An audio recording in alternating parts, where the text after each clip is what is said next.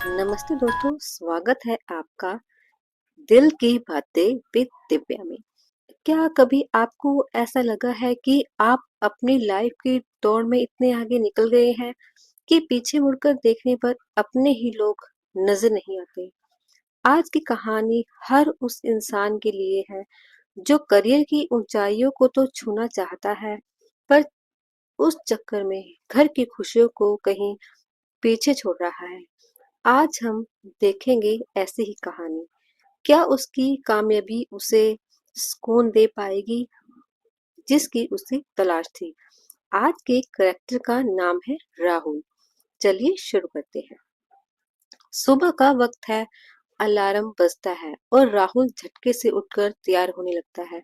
उसकी मेज पर फाइलों का ढेर है और लैपटॉप पर लगातार ईमेल्स आ रहे हैं।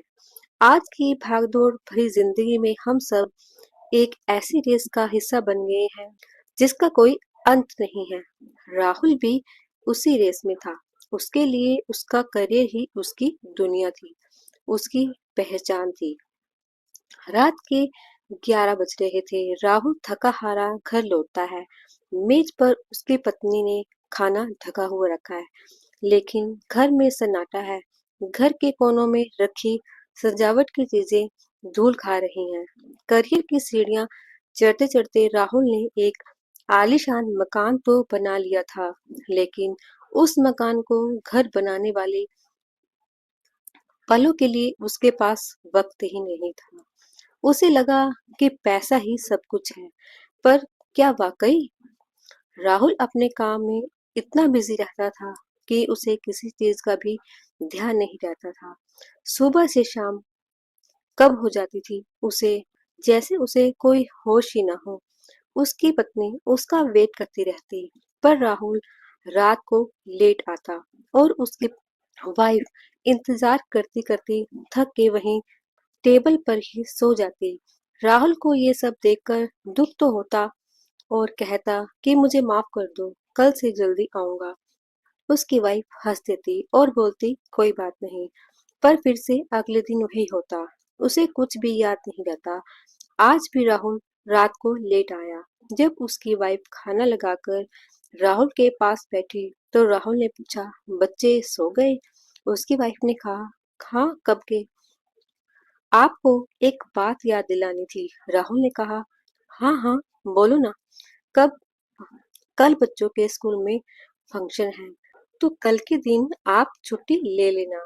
राहुल ने कहा, मैं छुट्टी तो नहीं ले सकता, मेरी कल बहुत जरूरी मीटिंग है।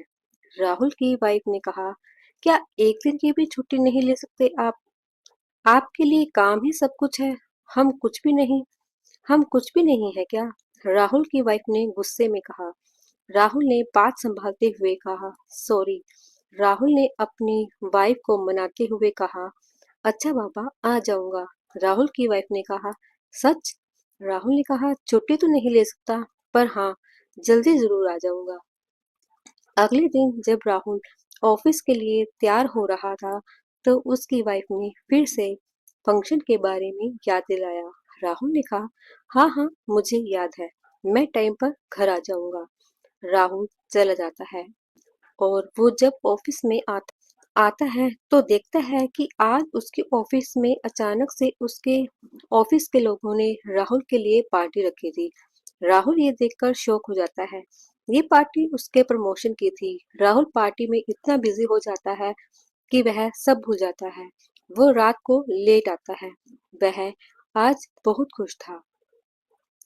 राहुल दबे पांव अपने बच्चों के कमरे में आता है। वे सो रहे हैं। अचानक उसे याद आता है कि आज उसके बेटे का स्कूल का फंक्शन था, जहां वह नहीं जा पाया। उसने अपने हाथ में पकड़े हुए प्रमोशन लेटर को देखा और फिर बच्चों के मासूम चेहरे को। जब वो हॉल में गया तो उसकी वाइफ टेबल पर खाना लगा रही थी। राहुल ने अपनी वाइफ को कहा, मुझे माफ कर दो। उसकी वाइफ ने कुछ नहीं कहा। राहुल ने फिर से कहा, प्लीज मुझे माफ कर दो, मैं आना चाहता था, पर मैं।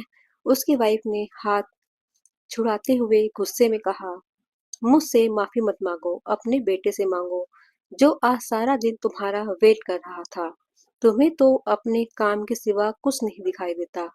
आपको तो पता ही नहीं कि आपका कोई बच्चा और वाइफ भी है। आपका तो जो कुछ है आपका काम है। राहुल ने झंझनाते हुए कहा, ये जो मैं काम कर रहा हूँ वो तुम सबके लिए ही ना। क्या करोगे इतना पैसा कमाकर जब आपका बच्चा ही खुश नहीं है। और दोनों गुस्से में अपने कमरे में जाकर सो गए। राहुल जब सुबह उठा तो उसने अपनी वाइफ से पूछा, मुन्ना कहाँ है। उसकी वाइफ ने कहा, स्कूल गया है। राहुल तैयार होकर ऑफिस चला गया। आज ऑफिस में बहुत काम था। राहुल ने सोचा कि थोड़ा सा ब्रेक ले लिया जाए।